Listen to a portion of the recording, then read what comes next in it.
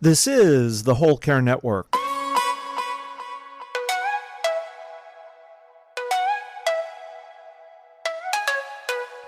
helping you tell your story one podcast at a time. Content presented in the following podcast is for information purposes only. Views and opinions expressed in this podcast are solely those of the host and guest and may not represent the views and opinions of the Whole Care Network. Always consult with your physician for any medical advice, and always consult with your attorney for any legal advice. And thank you for listening to the Whole Care Network.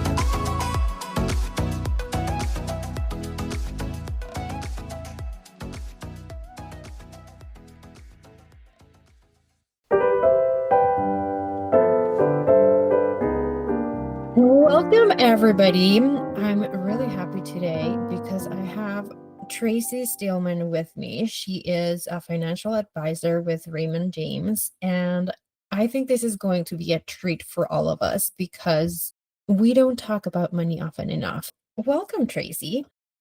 Hi, Isabel. Thank you so much for having me. I'm really excited to be here. As you said, I am a financial advisor with Raymond James. And because we deal with finances and your podcast is available to everyone, rules are different in every state. These are questions to go back to your financial advisor who's the expert in your state. And I just have a few disclosures that we need to discuss because this is financial and legal and does not apply to everyone's individual situations. So, any opinions that we discuss today are those of you and myself and are subject to change without notice and are not necessarily those of Raymond James. The information is not a complete summary or statement of all available data necessary for making an investment decision and does not constitute a recommendation.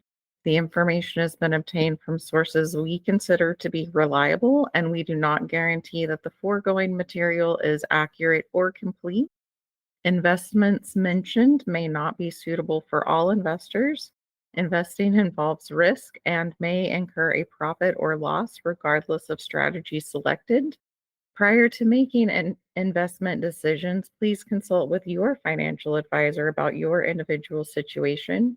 You should discuss any legal matters with an appropriate professional. Raymond James is not affiliated with and does not endorse the opinions or services of Isabel or Tom Core. And securities offered through Raymond James Financial Services, member FINRA SIPC. Investment advisory services are offered through Raymond James Financial Services Advisors Inc. and Bell and Valente Wealth Services LLC. Bell and Valente Wealth Services LLC is not a registered broker dealer and is independent of Raymond James Financial Services. Okay, everybody. You've been told that we're going to be talking about money. And because this is a very important topic, this is good advice, but double check with your financial advisor. And we're going to touch a lot of good topics today. Connect with the people that you're working with because they know your specifics for your case. And we just want to make sure that you get the best advice ever. Thank you, Traci, for coming over today. It's a joy always talking with you. I want to start by talking about the wage gap. I think this is a very important topic because majority of caregivers are women.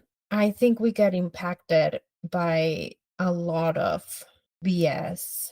We do. And although some ideas are shifting around who caregivers can and should be, as you said, the majority of them are women, first with our children and then later with our parents. That impacts our number of years that we've worked in our jobs, our years of experience, our depth of experience. It also impacts the number of hours per week that we can work. And both of those things tie into when we're going to apply for jobs and we're submitting resumes. the employer can say, well, of course we paid this person more. They have more years of experience in this role. When, you can't put on your resume as, an engineer per se. Well, yes, because I have this 4-year gap in my resume because I had to go take care of my parents, or I lost my spouse, or, any of the things that caregivers go through. There is one thing for short term, if someone in your household has an acute illness that you can take care of in 12 weeks, that's not always the case. I feel like it's really important for people to know that the Family Medical Leave Act is available to everyone. They've probably heard it called FMLA, not the whole name, and it gives you 12 weeks of protected leave in a 12-month period. How and when you take those 12 weeks can be negotiated with your employer. It is unpaid, but it keeps your health insurance and it protects your income and your job so that you don't have to quit and start over after that time of care is up. So, not always a great option for those long-term situations, but definitely something people should know about and try to take advantage of for acute illnesses. Yeah, I agree. And not all caregivers handle the same stuff all the time. So it is good to know that you're protected against leaving your work for 12 weeks and that you can come back to your work. You can still get paid and you can still, like, your job is going to be there when you come back. For many of us, in which we just face a situation in which we have to act, or maybe we really need the time off. Some of us get very overwhelmed and tired, and it's great to know that we can take time off even if we have already spent all these time and hours. Yes, so many people, I am not an expert in FMLA. You may have to use your vacation and your PTO first, but so many people use that and then don't know that they have this additional resource if they're still taking care of someone. It is my understanding that you can take that a few days at a time or a few weeks at a time. You don't have to take it as the 12-week chunk, especially if you know it's going to be something ongoing. I was able to use it for 2 weeks when I had to take my mom out of state for a surgery a few years ago. But I worked for a very small company at the time, and it was basically just notifying the owner. Other bigger companies have more that you have to do to access that. You just go and ask for it. And Yes, it is federally required. They cannot deny you. And it's something I wish more people knew about. so, how do you prepare financially to be a caregiver? I think, especially for me, it was just from one day to another. But I don't know if that was the case for, if that's the case for everybody. And I don't think it should be the case for everybody. I think we should be planning ahead and taking action before things happen, because when you're in the situation, it's a very, very hard to think clearly and make something. So, how financially, what would be like your recommendations for anybody to start preparing? Yeah, we never know when an emergency situation is going to come up. I mean, sometimes we know in advance that we're going to need to take time off to be a caregiver, but oftentimes it's a very sudden change in our life. So I recommend to all of my clients, caregivers and not, that you keep a 3 to 6 month emergency fund, not what you would like to spend in 6 months, but what would you absolutely need to have cash on hand to pay your bills, your food, your utilities and gas. so that when tragedy strikes, because we all like to think of the future as sunshine and rainbows, but we all know from our past experience, life is very up and down. So having 3 to 6 months of emergency funds in a savings account, a high yield savings account, something that is very liquid, not a CD, not something that you can't access without a penalty, is the first step to being prepared to be a caregiver. And then if it's a short-term situation, like your spouse is having surgery or your parent or child, and the recovery time is 4 to 6 weeks. There may not be a lot of financial prep there. It may just be evaluating how much PTO do I have? What does my support structure look like? Do I have friends, family members, neighbors that can come step in occasionally and give me a break? Do I need to take time off work or can I flex my schedule? That's a good conversation to have with your employer. Are there meetings that have to be done during business hours? Are there tasks that I can do around these other things?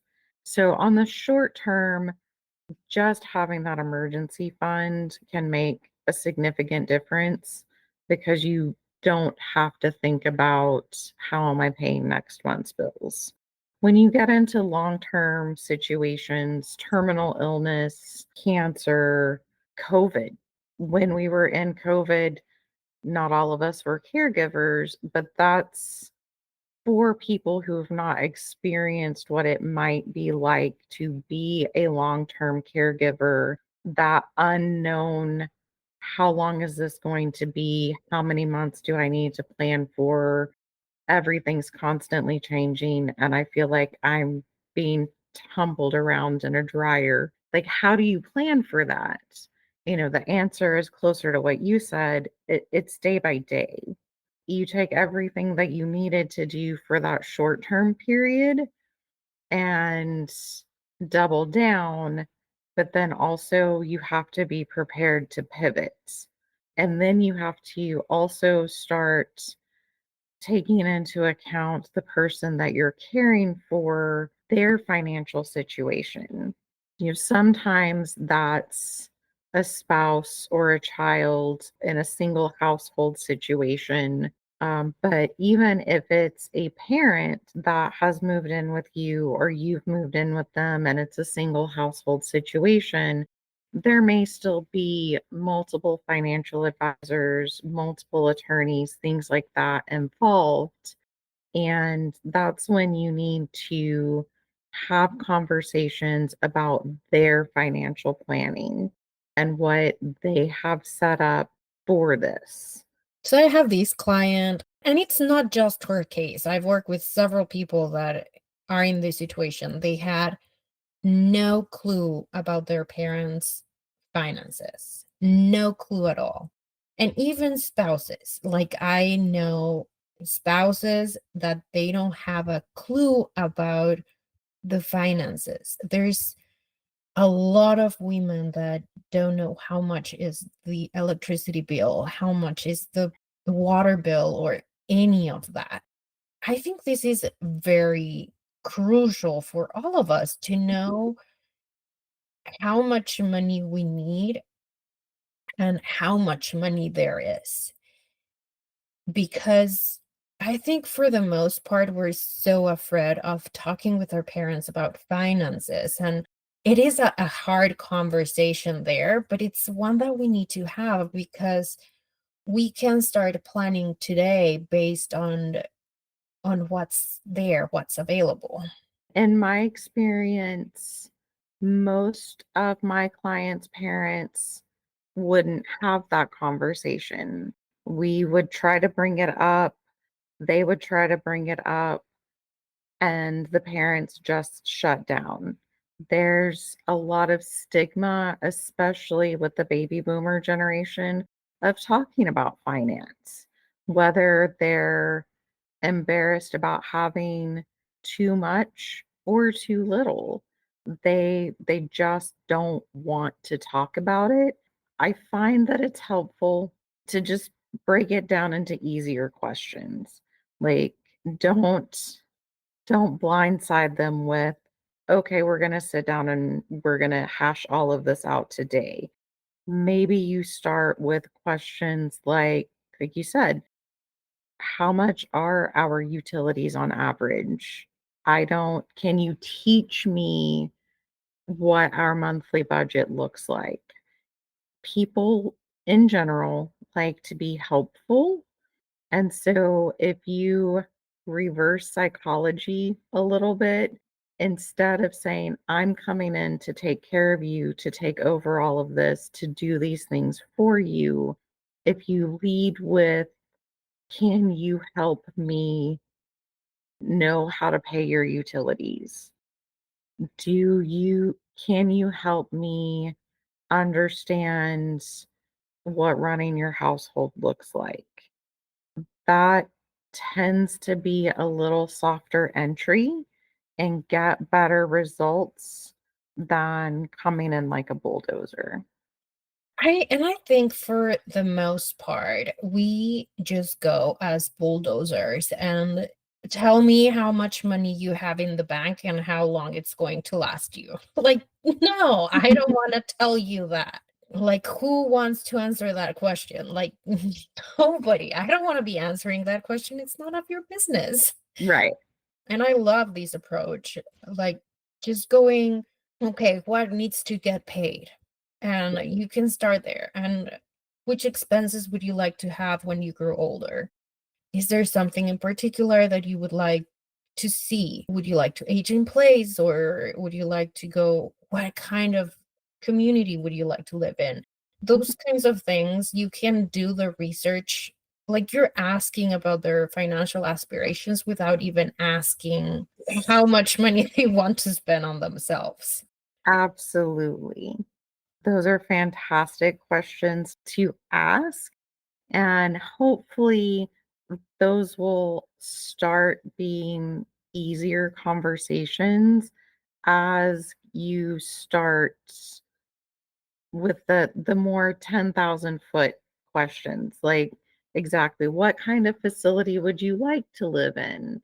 You know, is it appealing to you to start in a 55 plus apartment community, or where there's assisted living available when you need it? Are you tired of your yard work? Most people don't want to leave their house, but there are things that they get tired of that might open the door to leaving the house.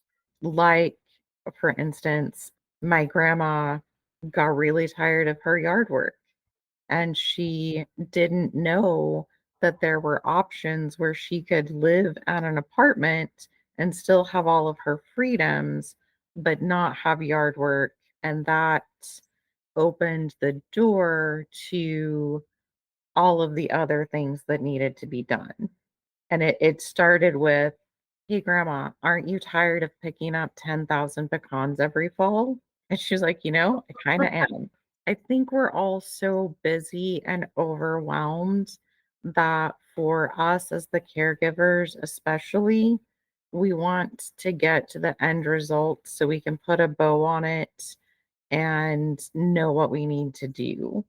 But for the person that is being cared for or needs to create a plan for being cared for, they don't see it that way.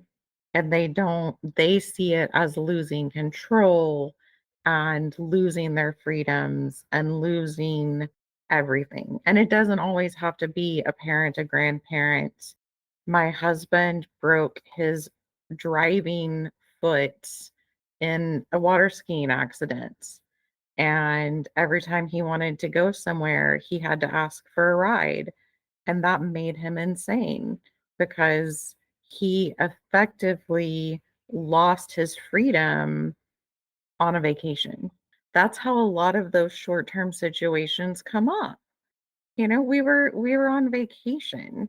He was doing an activity he had done 10 million times, and it ended with me having to take days off work to drive him to work and rearrange our whole schedule. So that goes back to the start talking about these things, start making these plans as soon as you can so that you know what people want, so you know what their expectations are. So when the light switch flips, at least have a starting point.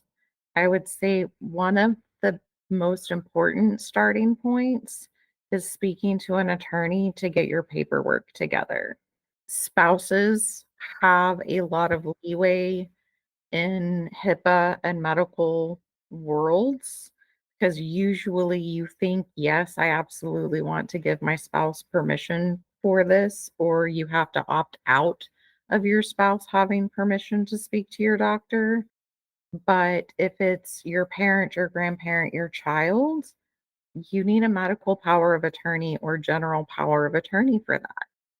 If you want to be able to go in and ask the financial advisor instead of having the fight with your parents, how long is this money going to last them? Do they have any long-term care or guaranteed income benefits that are going to help pay for this care? A financial advisor cannot legally talk to you about accounts that are not yours without a power of attorney. And that's something that I would recommend people spend the money to sit down with an estate attorney to do. I know it's available on LegalZoom. I know you can download documents off the internet and go have them notarized. That rarely works out well for anyone. I met this woman not that long ago, and her parents had they had everything. They had checked all the boxes. And after all the legal complications that they had, they ended up losing a lot of money. Even though they had a will and they had a trust built for the money to last many generations, and it didn't work. I might even ask her to come to the podcast. That happens often if you don't have things in place and if you don't talk with an attorney to build the systems correctly and with backup of a financial advisor, you're going to be in trouble. Everything that we're talking about today, people think they should just know how to do this. And I don't know how humanity as a whole has gotten here. I speak to so many people that tell me that they're embarrassed that they don't know how to do this, that they're embarrassed that they don't know how to prepare for this.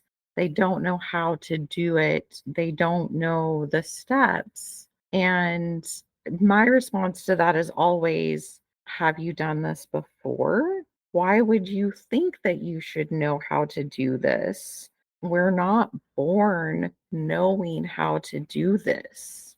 So don't be embarrassed to ask the questions. Don't be embarrassed or feel like you're taking too much of the financial advisor's time or too much of the attorney's time. Ask those questions. Make sure that you understand what's going on, why it's going on, why the documents are written up the way they are, because I feel like, and women especially, because historically we've not been allowed to speak up in those situations, we take the information that's given to us and then we think we'll go figure it out ourselves somewhere else privately. And And we just have like to that, stop doing that. and just like out there, like it was not until the 70s when women were legally allowed to have a credit card without their husband's authorization. Like it's Yeah, many of us, well, I was already born, but many of the people here listening to us might have been born before it was legal for them to own a credit card. So historically, women have been discriminated in the financial sector. While boys would have conversations with their dads about work and how to save money and which alternatives were out there to preserve money, to grow their money, that never happened with women. Absolutely. We have cultural norms of boys are going to be the ones inheriting the businesses, carrying on the family legacy, being the providers for their families. And when people tend to talk to women still about financial issues, it's revolving budgets, not how to grow our wealth, not how to run a business, but well, you just shouldn't buy a latte every day. Or did you really need a designer purse? Maybe if you spent less, you would have more money. Well, like, Yeah. no. If my grandpa had taught me to buy CDs like he did my brothers, then maybe I would be earning something on my money. I would be in that same situation. I learned the other day women were not allowed to sign business loans and start businesses without their dad or their husband signing off on them until 1984. It is ridiculous. We have been excluded from money conversations for many generations. So if you don't know, it's because the system was designed for you not to know. So ask Exactly. the questions. And there's a lot of fantastic financial advisors, female and male, that are willing to do the job for you. So Yes. going to that, what do you need to ask a financial advisor to prepare for your caregiving journey? Absolutely. So for yourself, you need to know, do you have that emergency fund? And if it is not just in your savings account at the bank, if it's at your financial advisor's office, is it something that I could call you and have access to tomorrow? It or is all of your savings and your nest egg, so to speak, in an account that you're going to have penalties and taxes if you were to distribute it? Most of people's long-term savings are from IRAs, 401ks, 403bs, saving through their employer plans at work. And all of those plans have rules and requirements and penalties depending on how old you are. So that's the first conversation to have with your personal advisor.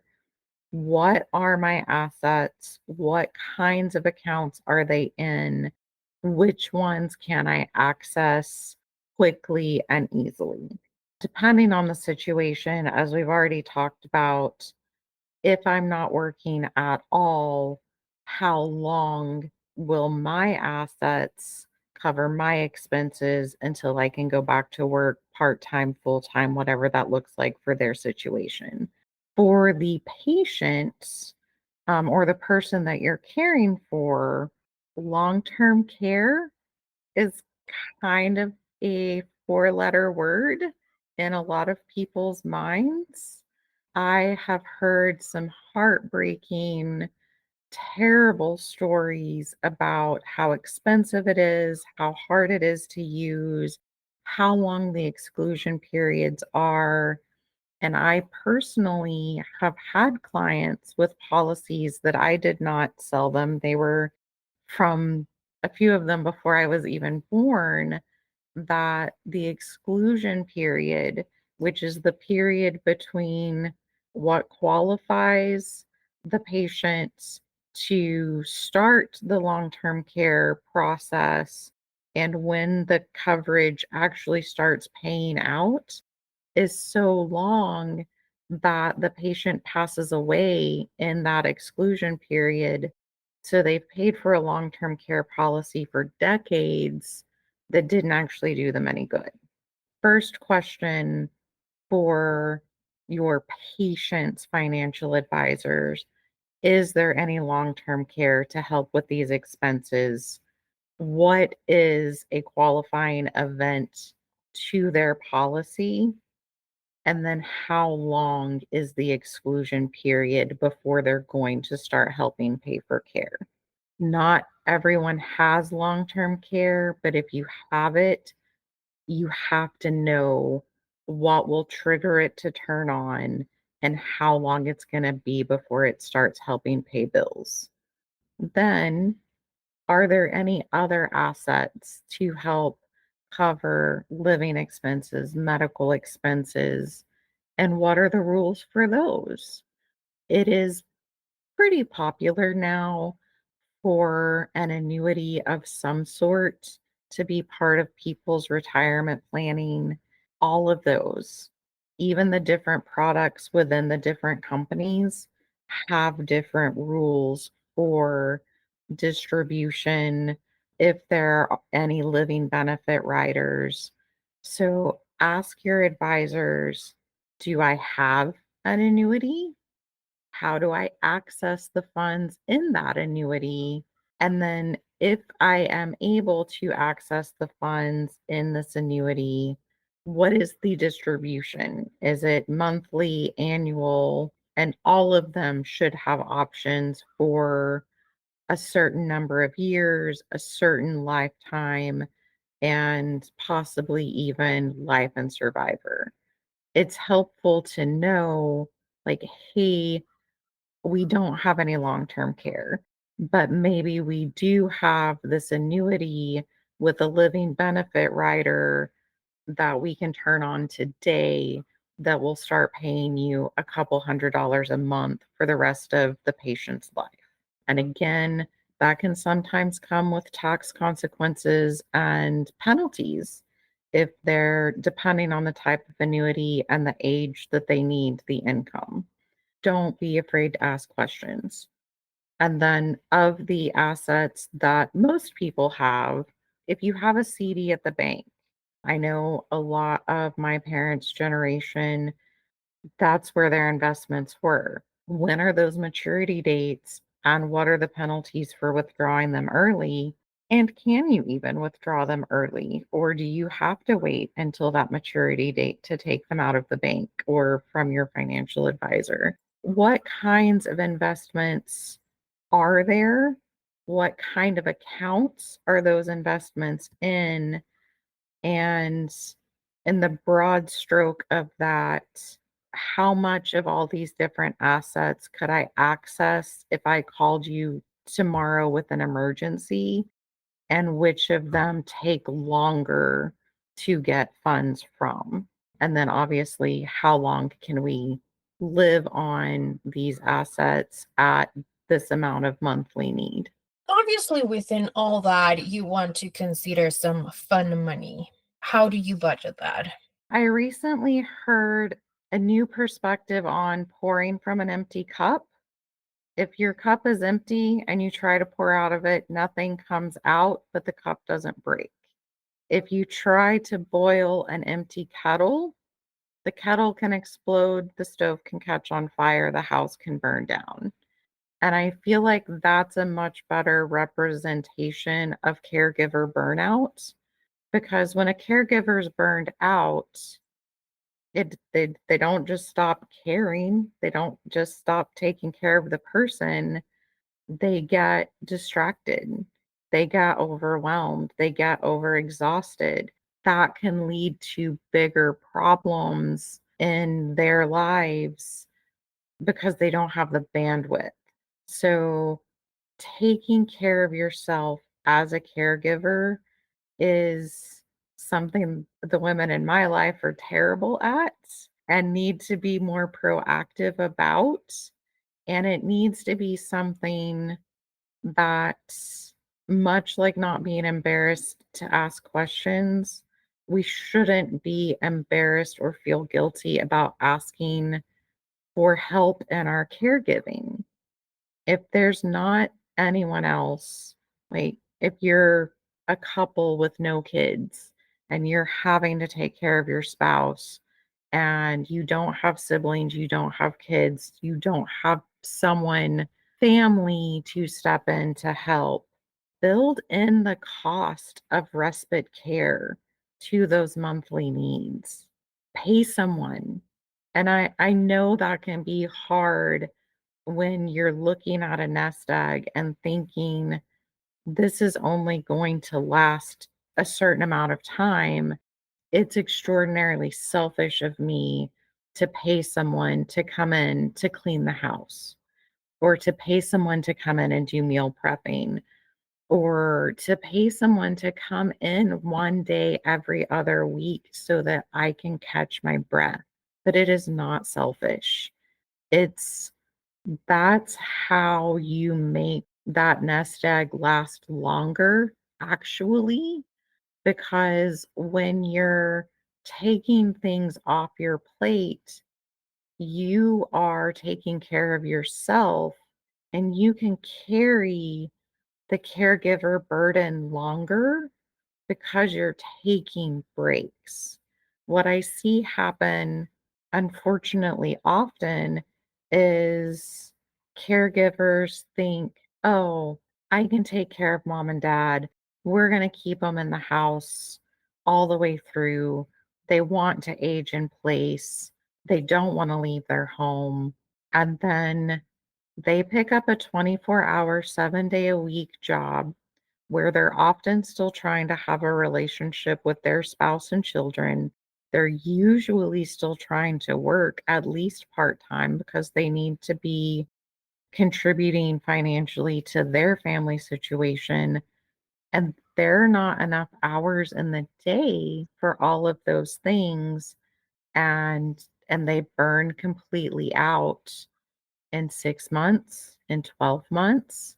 And then instead of having manageable household expenses, they're now forced to figure out, how do we pay for inpatient long term care at double or triple the cost, when if they would have just taken a 10 to 15% increase in that monthly budget to have someone come in and help, or maybe a couple someones come in and help, that same situation, they might never hit burnout, or it may be 3 to 5 years before they hit that burnout period. And most people don't stay in that long-term needing daily focused care for more than 2 years.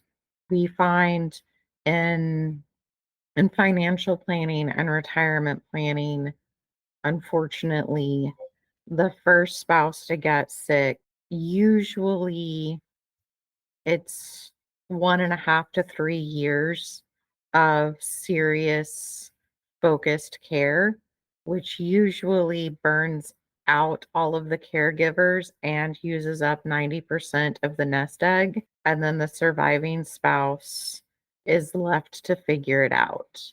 Whereas if you can bring in that respite care and plan for the costs and include it in the budget, you can usually save the relationships, which at the end of the day is the most important part, and have assets and plans for the surviving spouse as well.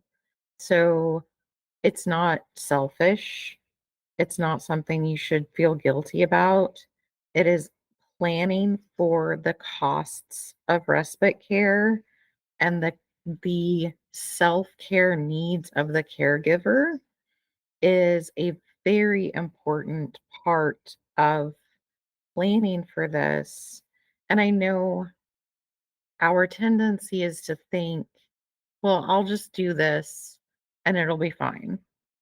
But I've not ever met anyone yet that has managed to white knuckle through a caregiving situation without taking a break, without taking care of themselves. And it's a time and a money issue. Schedule that time. Go for those walks. Go to the gym. Go to a movie.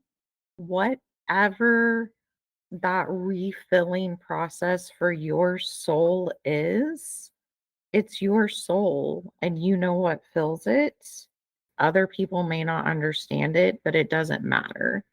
And it needs to be budgeted in both from a financial perspective and a time perspective. Thank you so much for joining us today, Traci. I really enjoyed our conversation, and I hope you brought a lot of insights to many of us about how to manage money. Thank you so much for having me. I hope that all of your listeners found this beneficial and that if they get nothing else from this, money is a tool and they need to be using it and planning for it from a less emotional perspective. And it's not something to be embarrassed about. Ask all the questions and don't be afraid to ask for what you need. Where would you like people to contact you? LinkedIn is great. I post a lot of helpful articles on LinkedIn. I'll also send you my Facebook link and our website. Awesome. Well, thank you very much. Thank you for having me, Isabel. It's been wonderful.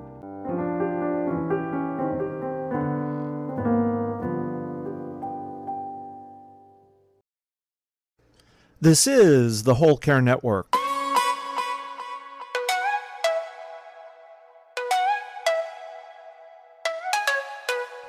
Helping you tell your story one podcast at a time.